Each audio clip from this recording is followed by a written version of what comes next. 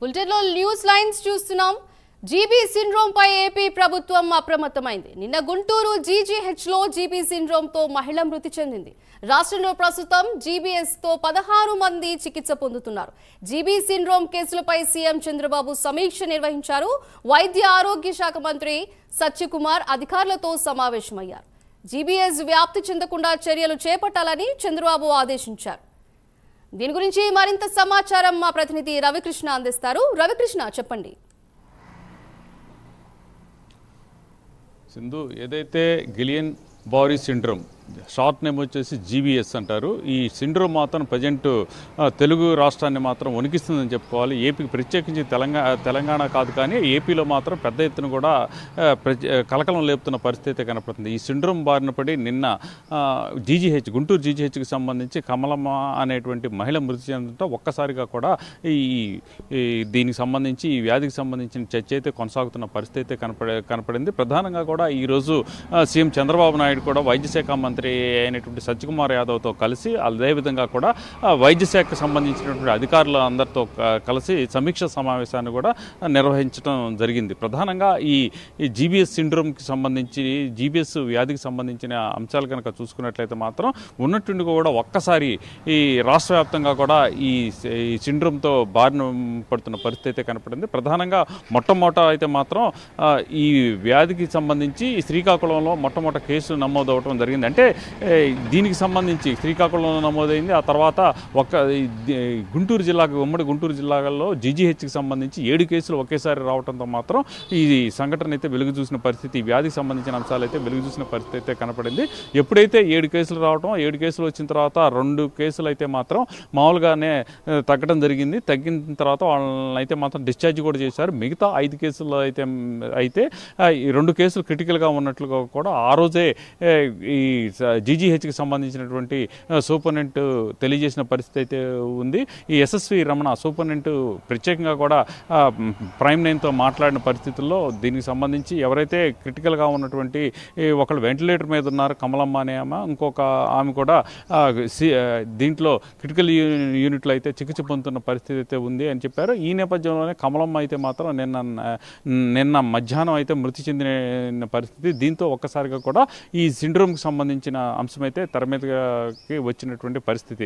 ముఖ్యంగా ఇది అంటువ్యాధి కాదని మనతో ఈ ఎస్ఎస్వి రమణ అయితే చెప్పడం జరిగింది. ఇది ఈ అంటువ్యాధి కాదు, అదేవిధంగా కూడా ఒకళ్ళ నుంచి ఒకరికి సంక్రమిస్తుందని చెప్పారు. కేవలం ఇది ఏదైతే ఇమ్యూనిటీకి సంబంధించి, ఇమ్యూనిటీకి తక్కువగా ఉన్నటువంటి వాళ్ళకి వచ్చేటువంటి అవకాశం ఉందని చెప్పారు. ప్రధానంగా కూడా ఏదైతే దీనికి సంబంధించి వైరస్ బారిన పడినటువంటి వ్యక్తులు ఎవరైతే ఉంటారో, వైరస్ బారిన పడినటువంటి వ్యక్తులకే ఈ వ్యాధి వచ్చేటువంటి అవకాశం ఉంది అని చెప్పడం జరిగింది. అంటే వైరస్లు బారిన పడినటువంటి క్రమంలో ప్రధానంగా కూడా ఇక్కడైతే మాత్రం ఆ వైరస్కి సంబంధించి యాంటీబయాటిక్స్ అయితే వాడటం జరుగుతుంది. యాంటీబయాటిక్స్ వాడినటువంటి తర్వాత ఆ వ్యాధి క్యూర్ అవుతుంది. తర్వాత మందు, యాంటీబయాటిక్స్ అయితే బాడీలో ఉంటాయి. ఈ మందు ఏదైతే వాడారో ఆ మందులు వాడిన తర్వాత ఆ యాంటీబాడీస్కి సంబంధించి యాంటీబయాటిక్స్ మాత్రం అవసరమైనటువంటి బాడీలో ఉన్నటువంటి కొన్ని కణాలను కూడా దెబ్బతీయటంతో ఈ వ్యాధి వస్తుందని చెప్పడం జరిగింది. ప్రధానంగా కూడా చికెన్ గున్యా కానీ, లేకపోతే అదేవిధంగా కూడా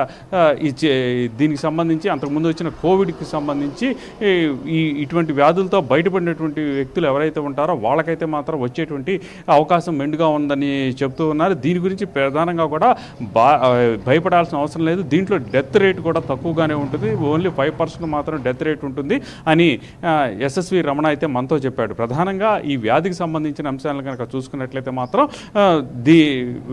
ఇది ఒకళ్ళ నుంచి ఒకరికి సంక్రమించేటువంటి పరిస్థితి అయితే ఉండదు. అదేవిధంగా కూడా ఇమ్యూనిటీ పవర్ను పెట్టి ఆధారపడి ఉంటుంది. దీనికి సంబంధించిన లక్షణాలు అంటే ఎవరికైతే కొన్ని రోజుల పాటు కాళ్ళు చేతులు నొప్పులు రావటం, అదేవిధంగా కూడా చచ్చుబడిపోయినట్లు ఉండటం ఉంటుందో వాళ్ళైతే మాత్రం వెంటనే ఈ లక్షణాలు ఉన్నట్టు కూడా భావించి వచ్చినట్లయితే మాత్రం ట్రీట్మెంట్ ఇస్తామని తెలియజేస్తూ ఉన్నారు. ఈ వ్యాధికి సంబంధించి ఎటువంటి ఈ మందులు కూడా ఉండవు, యాంటీబయాటిక్సే వాడుకోవాల్సిన పరిస్థితి ఉంటుంది. రెస్పిరేషన్ ప్రాబ్లమ్స్ అనేది వస్తూ ఉంటుంది.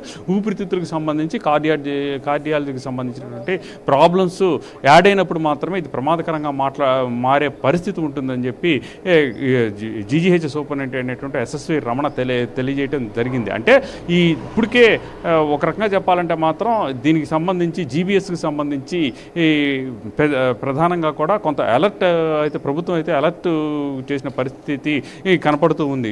ఈరోజు ఏదైతే సీఎం చంద్రబాబు నాయుడు వైద్య ఆరోగ్య శాఖ మంత్రితో కలిసి అదేవిధంగా అక్కడ ఉన్నటువంటి వైద్య అధికారులతో కలిసి సమీక్ష సమావేశాన్ని నిర్వహించడం జరిగింది.